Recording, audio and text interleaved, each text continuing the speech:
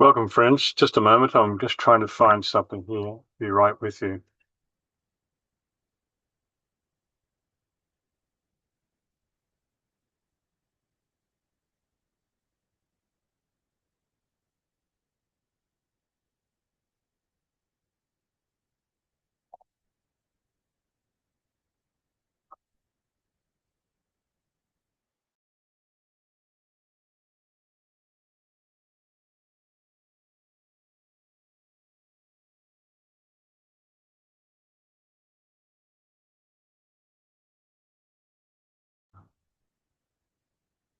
Welcome, friends, to this Libra Aries full moon, which will be exact in a few hours, about 3 a.m., 4 a.m.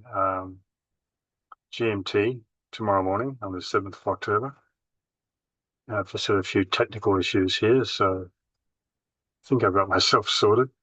How's my sound? Just want to check that because I'm using different sound equipment this week, this month. Just let me know in the chat if you can hear me okay.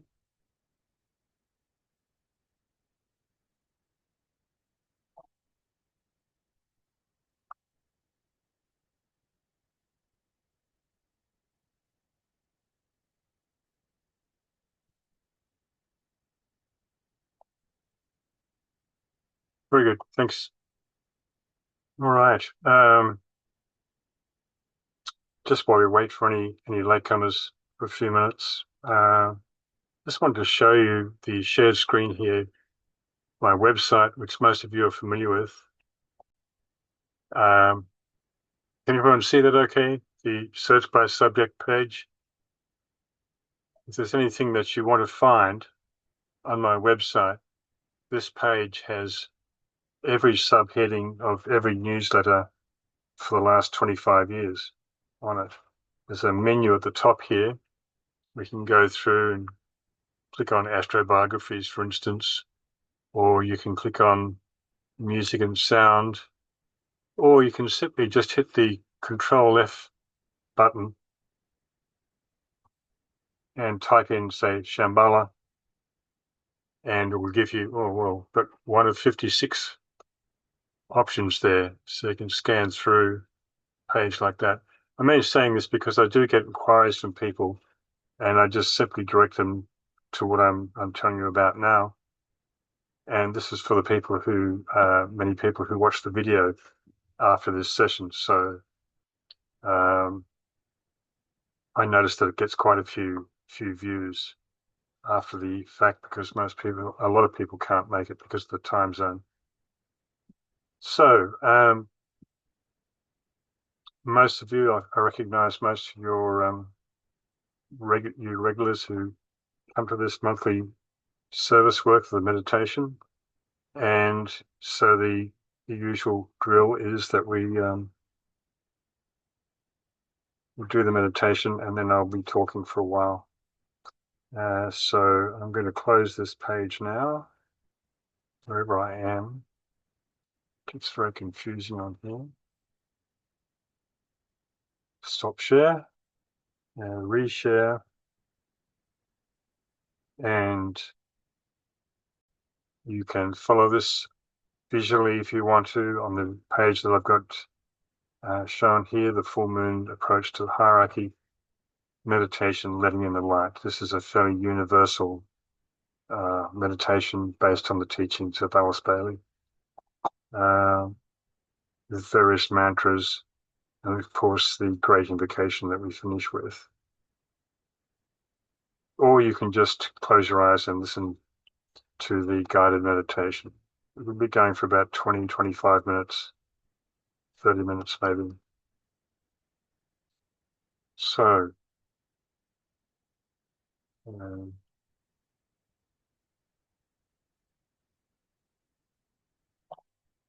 assuming everyone can see the page okay.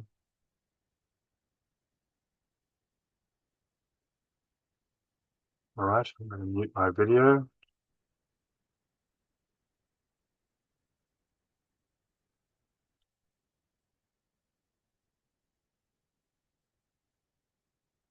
Okay, let's settle ourselves and release all the activity of the day so far.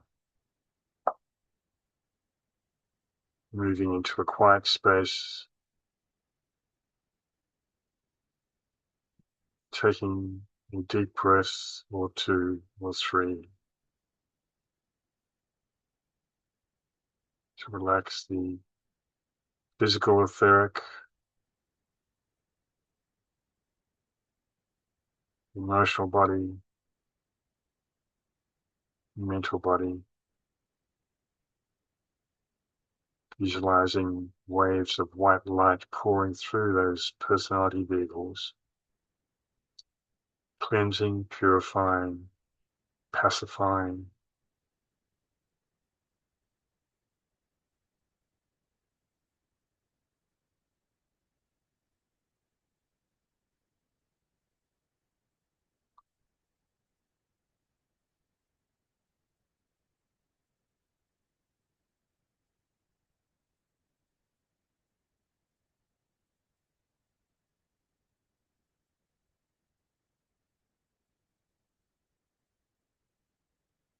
and so we have our individual and group alignment by sounding 3 ohms, continuing these visualizations of color pouring through mental, emotional, and physical bodies.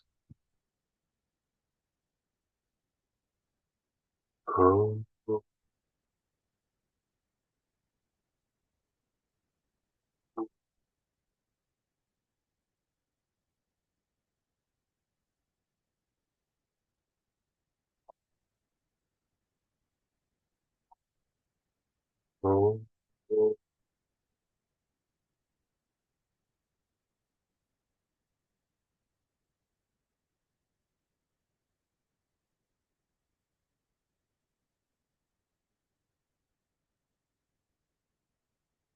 Om.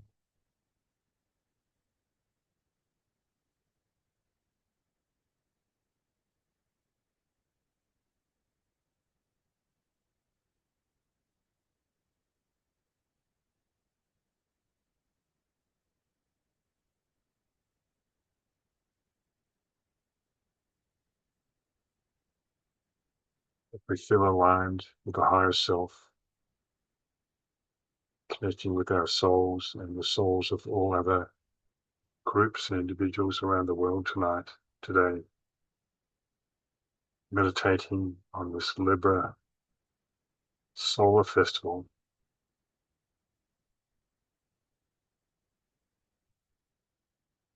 We imagine the lighted triangular network around the planetary etheric body, linking in harmony groups, individuals, cities, nations.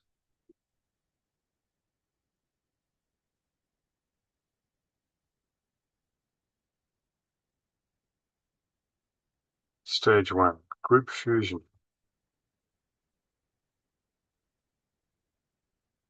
We affirm the fact of group fusion and integration within the heart center of the new group of world servers, mediating between the hierarchy and humanity.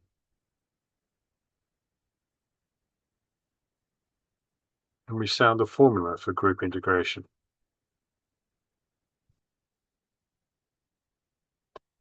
I am one with my group brothers, and all that I have is theirs.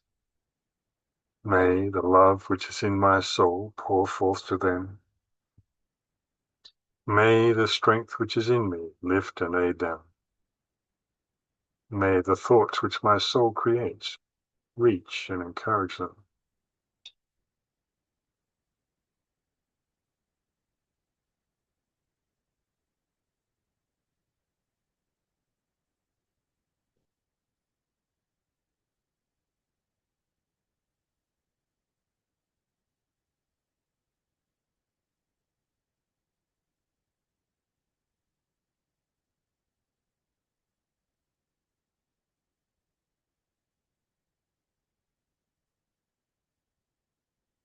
Stage 2, alignment.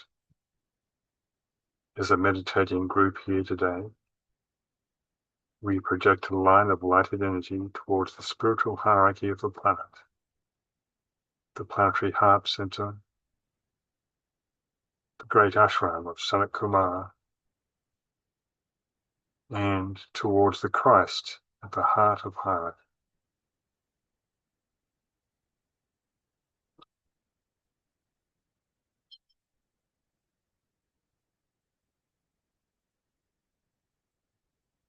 Then we extend this line of light towards Shambhala, the center where the will of God is known.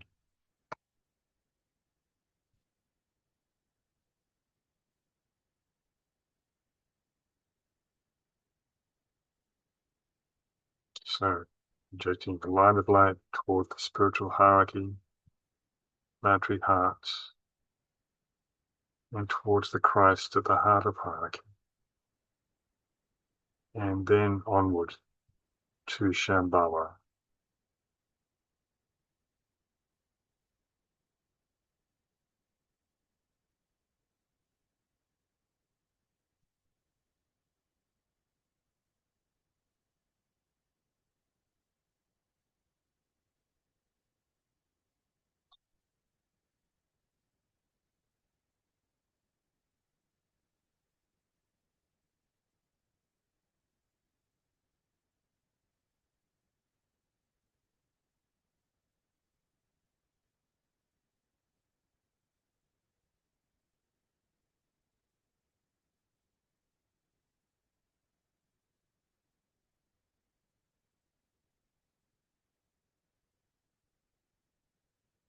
Stage 3, high interlude.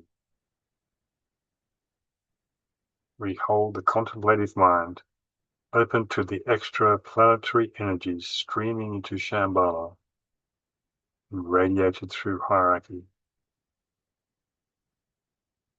Using the creative imagination, endeavor to see the three planetary centers, Shambhala, hierarchy, and humanity, gradually coming into alignment and interplay.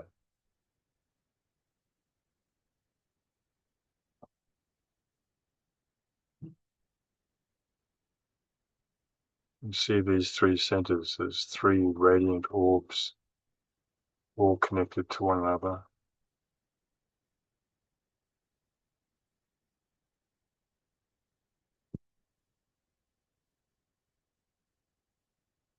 And you can see a smaller orb, the new group of world servers of which we are all part, nestled between humanity and hierarchy. It's a bridge.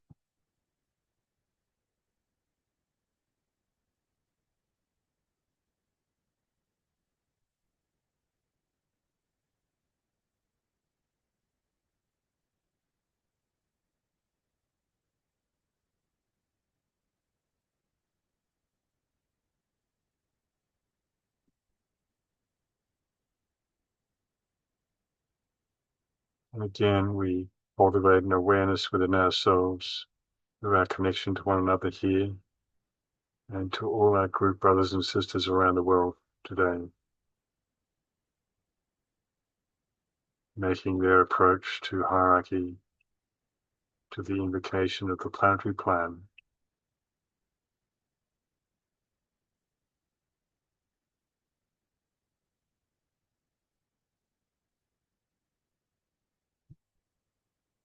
visualizing this network of light surrounding the entire planet.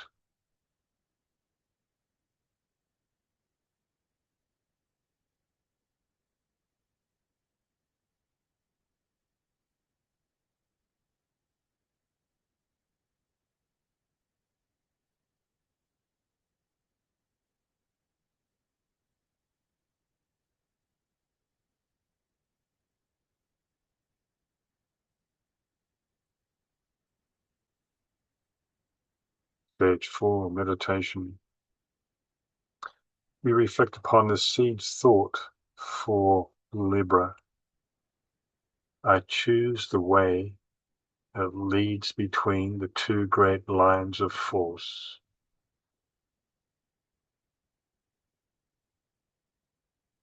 I choose the way that leads between the two great lines of force.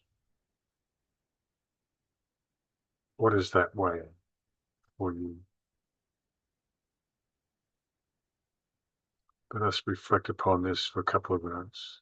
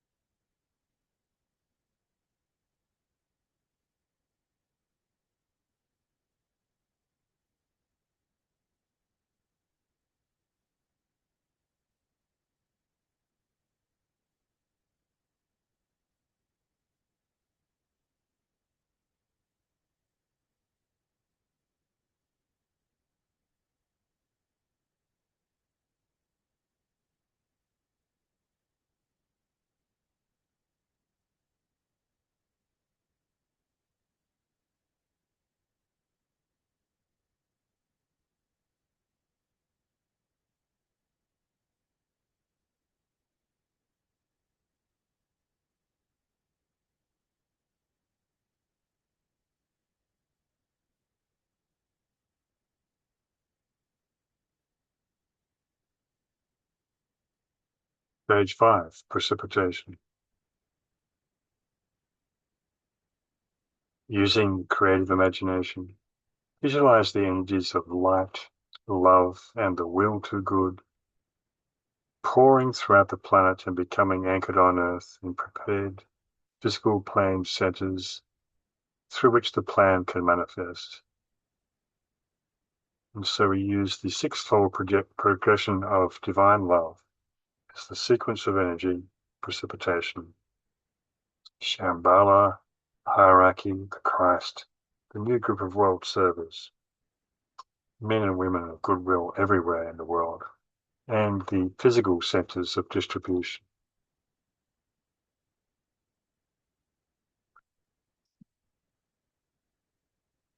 So using the creative imagination,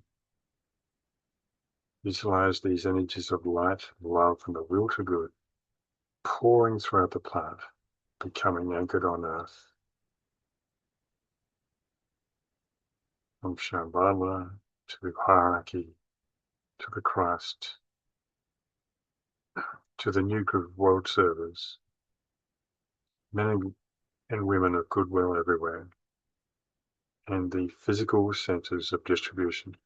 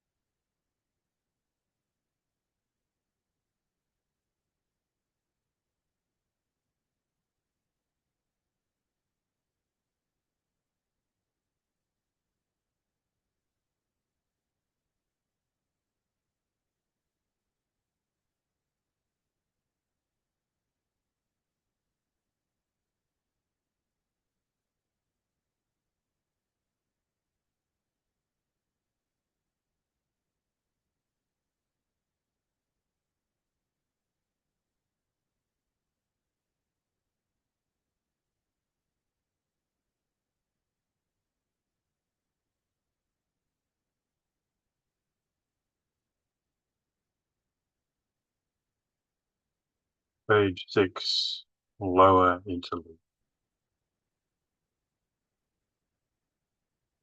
We refocus the consciousness as a group within the periphery of the great ashram, and together we sound the affirmation. In the center of all love I stand. From that center I, the soul, will outward move. From that center I, the one who serves, will work. May the love of the divine self be shed abroad, in my heart, through my group, and throughout the world.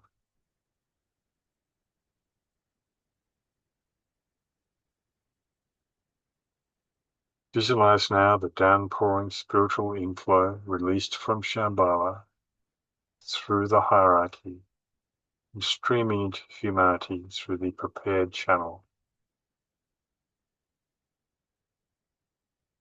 And consider how those inpouring energies are establishing the pathway of light for the coming world teacher, the Christ, also known as the Imam Mahdi, the Messiah, Lord Maitreya, the world teacher.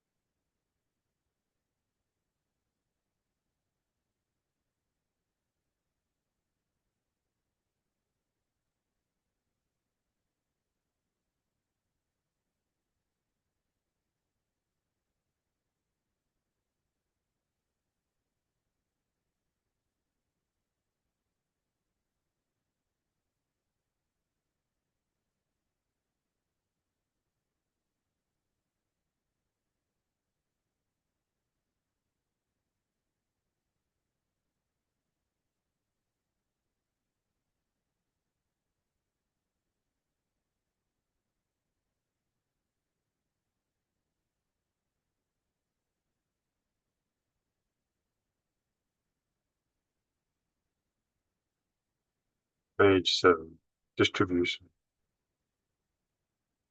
As we sound the great invocation, visualize the outpouring of light and love and power from the spiritual hierarchy through the 5 planetary centers: New York, London, Geneva,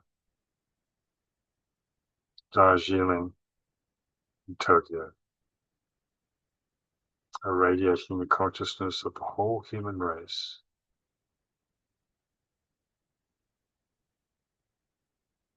as we sound each verse of the Great Invocation. We visualize the light, love, and power pouring through the planet, through those planetary inlets.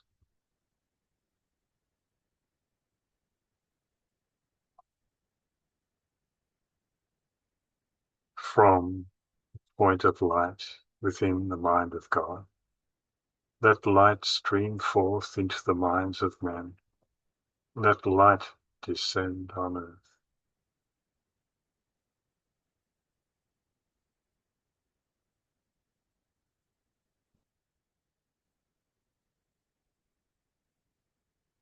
From the point of love within the heart of God, let love stream forth into the hearts of men. May Christ return to earth.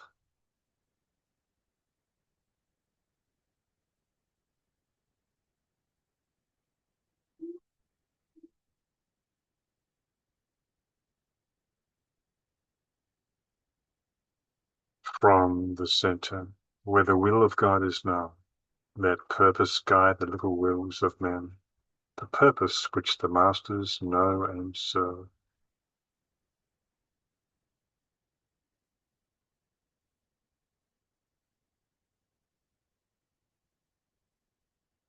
From the center, which we call the race of men, let the plan of love and light work out, and may it seal the door where evil dwells.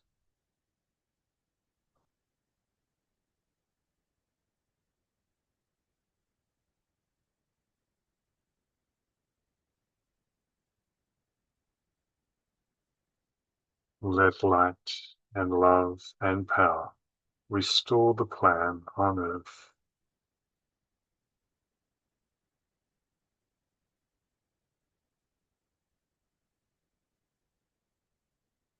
Om.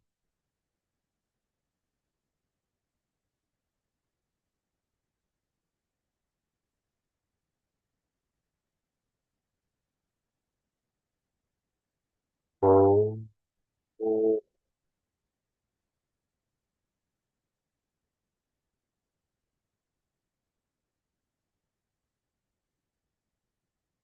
Om.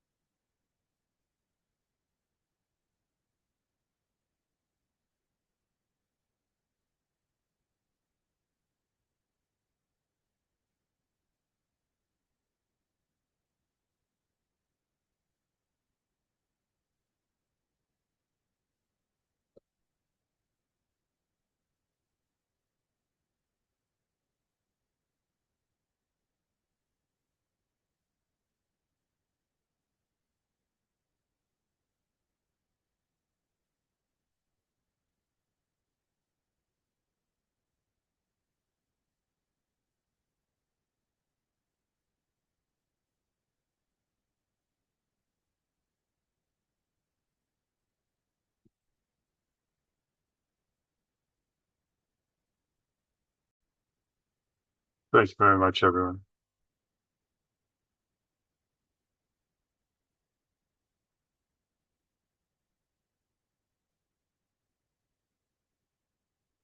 Please feel free to share, uh, either verbally or in the chat, any impressions you have from the meditation.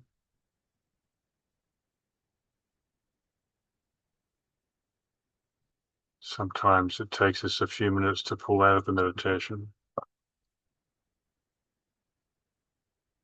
One of the things I want to mention, I'll just turn my picture back on. I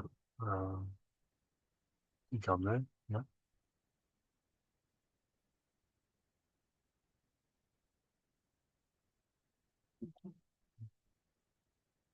Is the fact of, we call it the great invocation.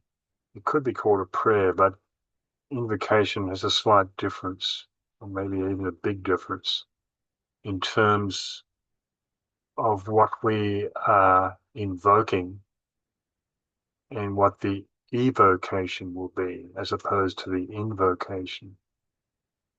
This is said to be one of the new sciences that people on the spiritual path will be studying in the Aquarian age, the science of invocation and evocation, the response that comes back from what we invoke. Prayer is similar, but the invocation evocation is more of a science. Anyway, trying to find here the right thing to click on here. Where are we?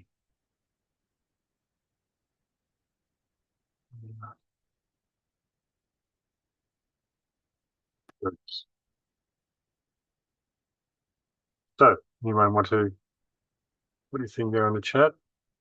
We'll keep an eye on it anyway, and if I see anything, then I will comment. And as usual, always clarifications, questions, comments as I go through.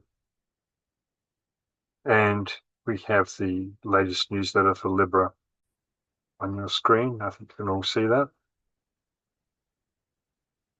And this great painting by Joffre, the Dutch artist, who did all the 12 signs of the zodiac, and quite a few other paintings, esoteric paintings as well.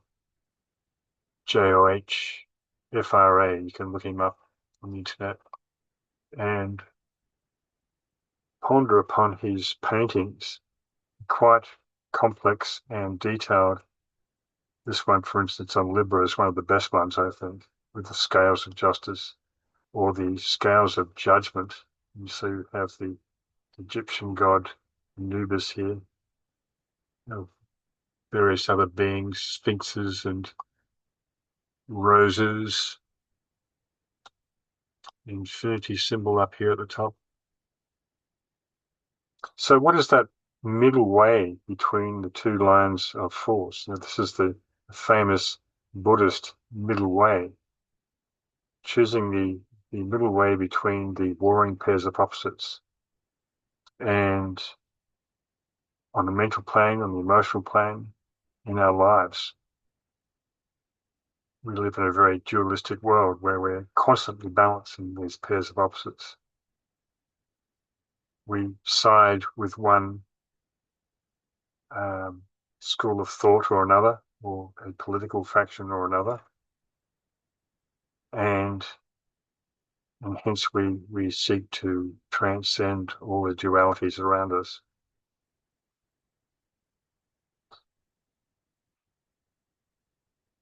Now I'm just going to read this quote for a moment and comment on it. The sign Libra is one of peculiar interest, but in a most paradoxical manner, for much of its interest is based upon the fact that it lacks spectacular interest of any kind, except in the case of disciples or those nearing the path. It is a sign of balancing, of careful weighing of values, and of achieving the right equilibrium between the pairs of opposites. I'll just stop and comment on some of that for a moment. Of course, balancing the balances, the scales of justice, the scales that we use to barter and exchange goods as well, of course, in the old system, of course. And weighing of values. This is very much to do with the exoteric ruler of Libra, Venus, which is also the exoteric ruler of Taurus, which has in common with Libra the theme of resources and money. but in different ways. Taurus, the acquisition of those things. Libra, the organization of those things, if you like, or the exchange of those things. It might be regarded as the sign in which the first real vision of the path appears, and for the goal towards which the disciple must ultimately tread his or her steps. Path is the narrow razor-edged path which runs between the pairs of opposites, and which, if it is to be safely trodden, requires the development of a sense of values and the power to utilize rightly the balancing analytical faculty of the mind. So again, we have Venus is the mind in esoteric astrology. It rules the fifth ray of science or knowledge. Venus is, in exoteric astrology, of course, is the goddess of love, sex, relationships, art, beauty, of course, esoterically and exoterically. And so, as I've probably said before, Venus is the esoteric ruler of Gemini, very dualistic sign, the warring brothers of higher self and lower self. And Venus brings together the pairs of opposites upon the mental plane in that sign and creates harmony and beauty. And that's how it filters down from the mental plane to the astral plane in terms of the exoteric interpretation of Venus.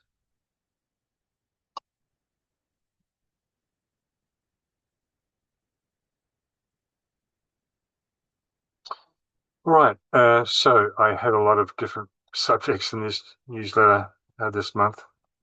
I always try and write a smaller newsletter, but somehow they just expand. Must be my moon squared Jupiter and Gemini, I think. Anyway, there's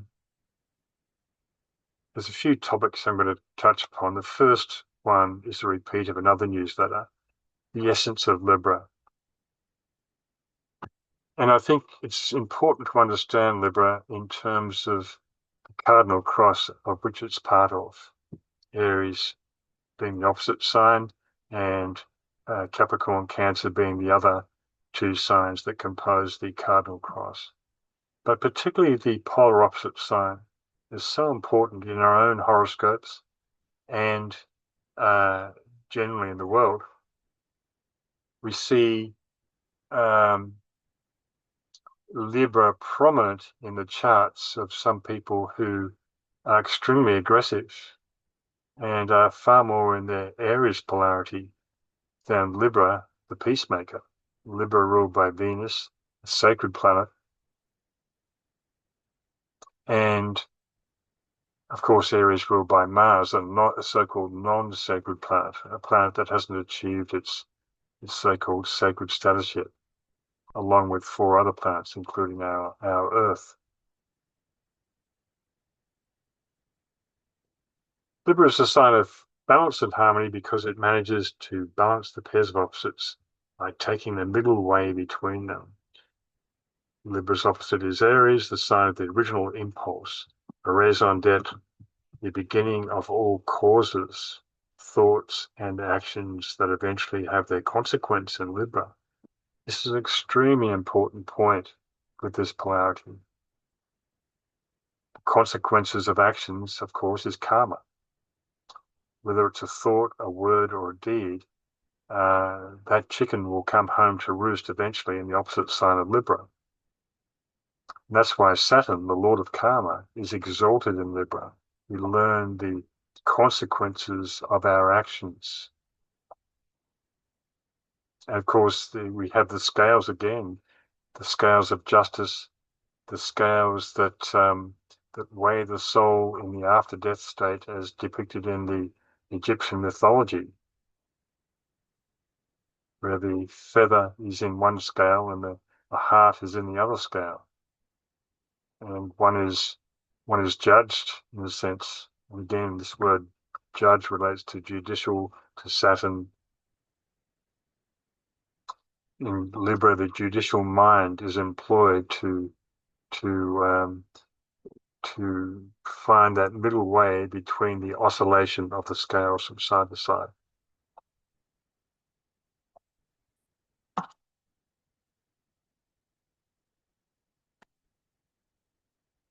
Now I keep on losing my other screen here, just keeping an eye on the chat. Okay, very good. Nothing there to look at. So, and I'm still recording, I think. Screen sharing is paused. I don't know how long that was paused for. I'm sorry. Anyway, please let me know in the chat if the screen sharing gets paused so I can jump back to it. I feel like a juggler here, going backwards and forwards. All right, so Libra represents, therefore, the law of cause and effect, or karma, hence the exaltation of Saturn. In Libra, effects from causes are seen here, and Libra's themes are esoterically the law, sex, and money. Universal or earthly laws represent permanent and immutable relations between cause and effect, noumena and phenomena, divine order and Earth's approximation of that order. As above, so below. We approximate the cosmic laws as best we can.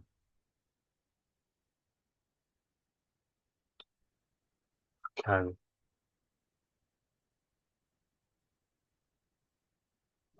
Just wondering what to use here.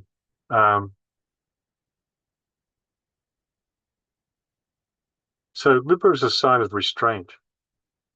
That's why Saturn, exalted Libra, has a lot to do with this restraining quality, with the laid-back quality of Libra as well.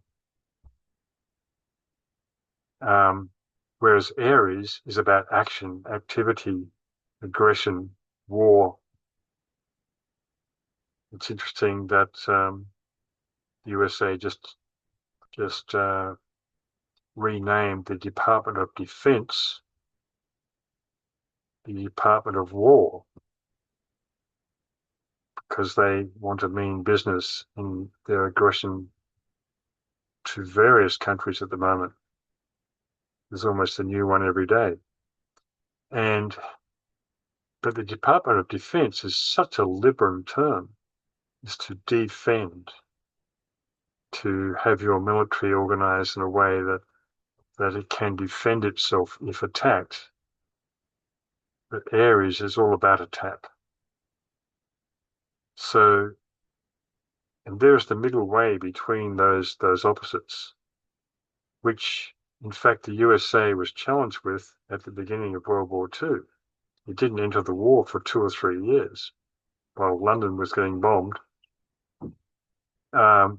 because of the peace movement in the USA that was so strong that the restraint to jump into a world war was held out for a long time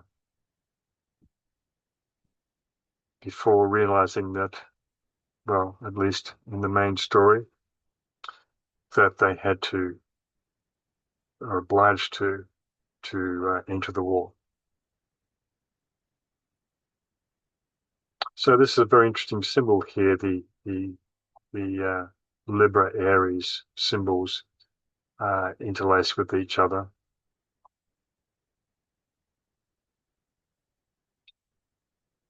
So Aries is ruled by Mars, god of war, and Libra by Venus, goddess of peace. Mars is a non-sacred planet that rules over the lower self, particularly the solar plexus center, the gateway to the emotional body, or the astral body as we call it. But Mars is also associated with the sacral, or the sexual center, which is ruled by the moon, which is the symbol of procreation or recreation, and Uranus, which is interesting. Uranus rules the sacral center, which I often call the seed of mind buried in the lower centers, waiting to be raised up to the higher centers. Sacral center is the opposite of the throat center. So the sacral center is the procreative center. The throat center is the creative center of high creativity, and the energy circulates between the sacral and the throat. Anyway, so something I touch upon quite regularly in my newsletters. Questions or comments so far?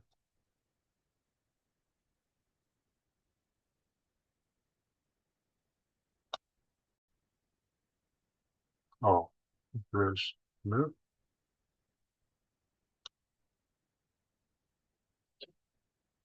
Oh, okay. Michael says all three rulers of Libra are on the one first ray side, representing the mind of God. Yeah, Venus, Uranus, and Saturn, respectively, are on the 1357 line. Venus, the fifth ray, Uranus, the seventh ray, and Saturn, the third ray. And also, those rays are the rays of matter. They're rays of manifestation, whereas the 246 line is more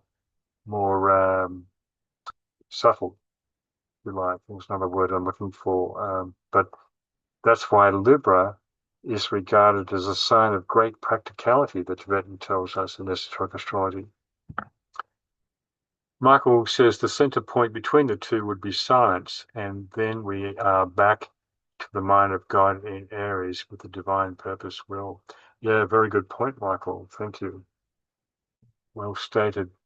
The sound of silence, the middle way between the two noisy pairs of opposites, if you like.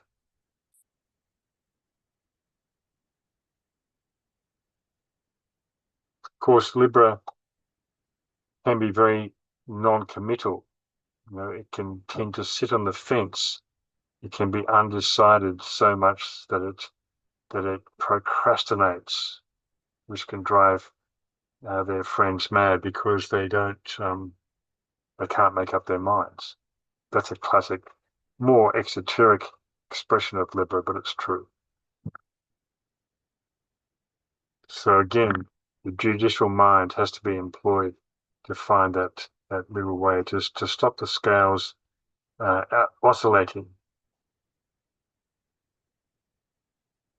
Colleen says the illustration of the scales is like the human balancing between right and left hand paths. Objectively, the stable pole centered on a cross between the horizontal and vertical, hence choice detachment. Yes, well stated, Colleen. Yeah, I think very good. Right, so where are we now?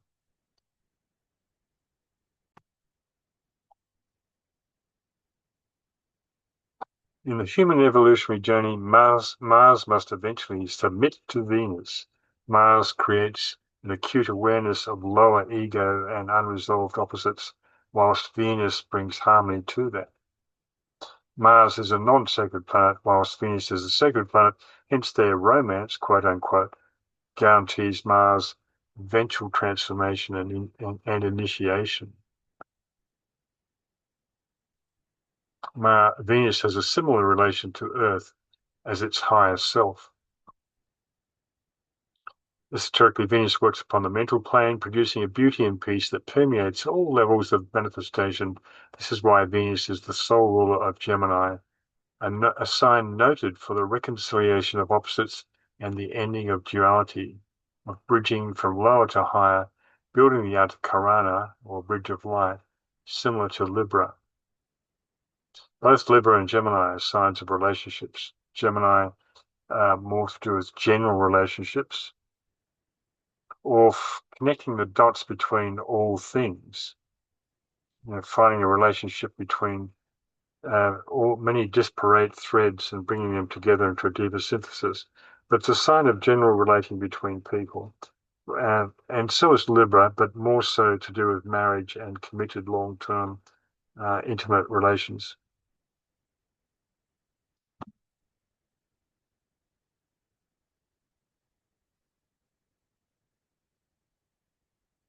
Okay. I think the yin yang symbol is a great um, symbol of Libra in many ways.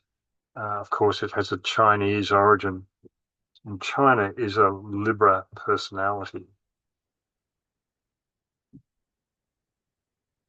Um,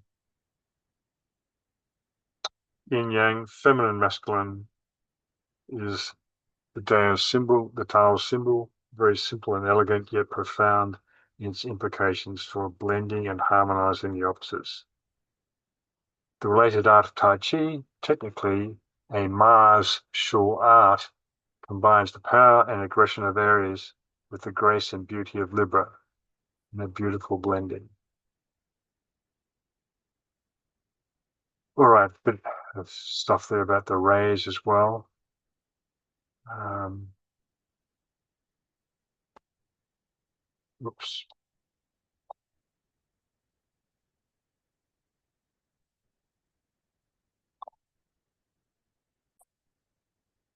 Now, there's been a lot of hoopla about Comet 3I Atlas, which I've posted some videos about either on my Facebook page or in this newsletter. There are many of them around. There are some videos which claim that the beings from Lyra are coming to visit humanity. There's some pretty interesting takes on Comet 3I Atlas right across the spectrum. And so it would be interesting to keep an eye on it. And also the other comet, Swan, uh, what's it called? C2025R2 Swan. Um, so I did post a video in this article. It's quite interesting. It debunks uh, what that individual thinks is worth debunking. Um, but there are many other aspects to it. The main point I make in this um, newsletter, as I have done in other newsletters about comets, is that avatars hitch rides on these fiery vessels or fiery vehicles. And in fact, Blavatsky says that comets are the origin of all planets. And that's why each planet still maintains a fire at its center. So, so there's a being that is attached to any of these comets that pass through the solar system, and it may well be the expected avatar of synthesis, the avatar of peace, which is a very Libran theme, of course. It may be some one or two cosmic avatars that will overshadow their earthly equivalents in human form, such as the Christ, and so forth. So I'm not going to go through all of that, but there's the video.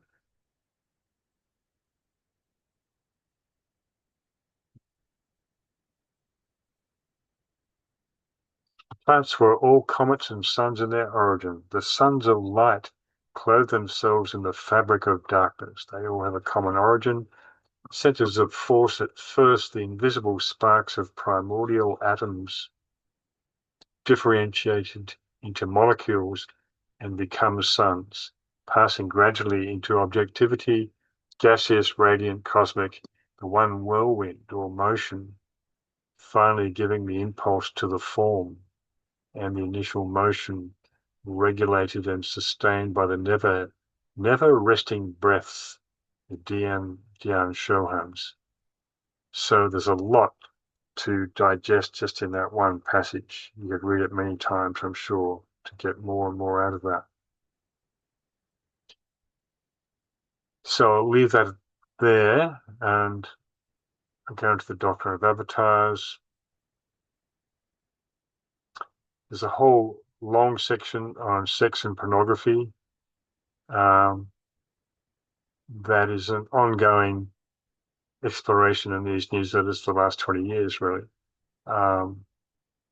Something that's not covered by many esoteric authors. That's why I decided to tackle it this month. You can see a list of all the other articles I've written on this theme. For instance, Cancer, the Moon Change, Sex, Esoteric Perspectives on Sex, Issues around Sexuality and Gender, The Mystery of Sex Revealed at the Fourth Initiation, and so forth. And just to mention my new book, Hidden History of Humanity 1, which is the Unveiling Genesis book repackaged and remodeled in a better format, larger format. Those of you who have ordered the book may have had some delays. Amazon did an amazingly bad job of distributing this book. They've got some major problems with their distribution centers in the United States anyway. So hopefully they get to you soon if you don't have them already. And the other part I wanted to skip to was the talking about Master R. Every October is the annual October Council presided over by Master R. Master Rakotsi is what R stands for, also known as the Count Saint Germain. And the Master R is the Mahachohan, or the Lord of Civilization. There are three main heads of hierarchy, the Manu, the Christ, and the Mahachohan, corresponding to the first, second, and third rays of the Trinity. Lord of Civilization. So an exalted post that is held for hundreds of thousands of years apart. And he assumed this post I have an essay about it, or an article about it, in 1925. Anyway, every October and every March, which is Aries, of course, so it's a Libra Aries thing, the Master R gathers together his council of helpers, the masters and the senior initiates of the ashrams of the third, fifth, and the seventh rays. Well, there's the Libran rulers there that Michael mentioned before. Though he is the head of the third ray of aspect and is in control, therefore, of the two rays of attribute mentioned above, he does not himself wield these forces because he is one of the three heads of the hierarchy, and his work cannot be confined to the activity of any one ray.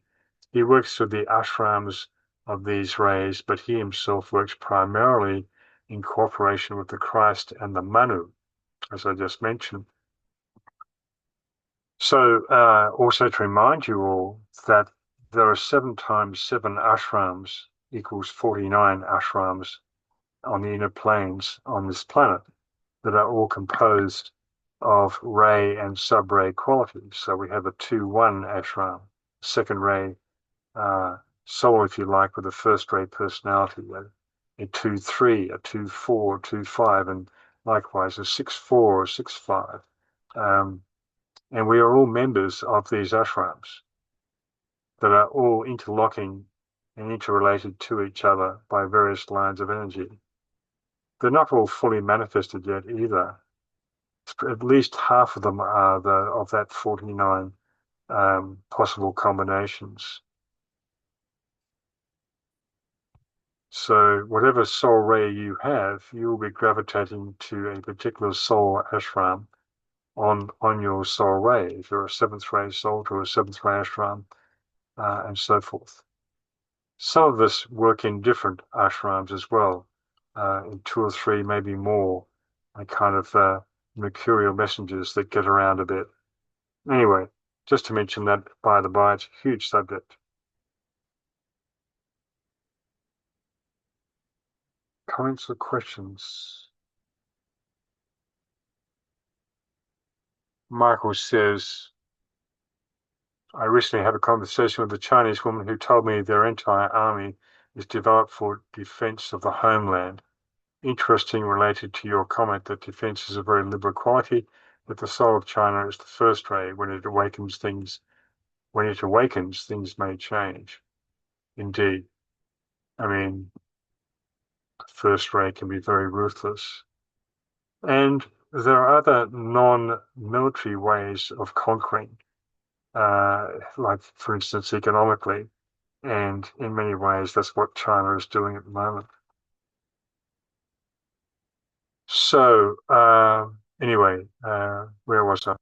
Oh, yeah. Okay. So March, October corresponds to Aries Libra, and it stands to reason that Master R would preside over these meetings in his role as the Lord of Civilization and the Regent, quote unquote, of Europe and America. So he has an intimate relationship to Europe as the Count Saint-Germain, the French Revolution, and so forth, in his various incarnations as Francis Bacon in the Elizabethan era, and before that as Roger Bacon in Britain, which I cover in my book, Masters of the Seven Rays. Anyway, so I'm repeating it, just going through here because I've said a lot of this already. Master R is known as the Count, alluding to his Saint Germain incarnation, and he was immediately following Francis Rákóczi of Hungary. So after the incarnation of Francis Bacon, he departed in about 1625, as I recall, and, well, supposedly died, but as a fourth degree initiate, just made a transition to his next incarnation as the fifth degree initiate, Master of Wisdom, the Master Rákóczi. And as Count Saint-Germain, he took his initiation as the Kohan or Shohan, the sixth degree, which, of course, set him up for his post as the Mahachohan. So he was the master of the seventh ray ashram for quite a while. And there are many marvelous stories about Saint Germain, some of the things he did and people he contacted in Europe. All right.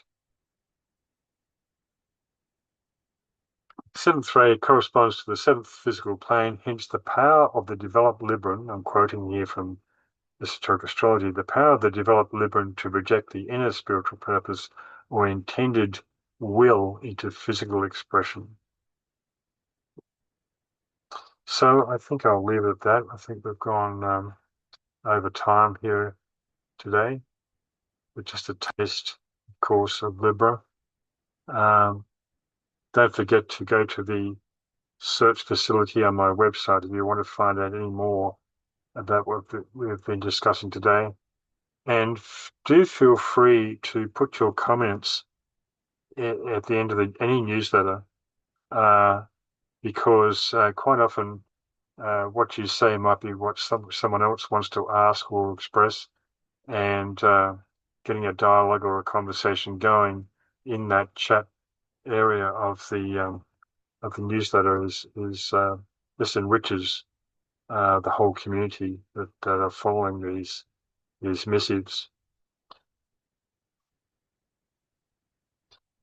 All right, we'll leave it at that, and see you next month. Thanks very much for coming, everyone. Ciao for now.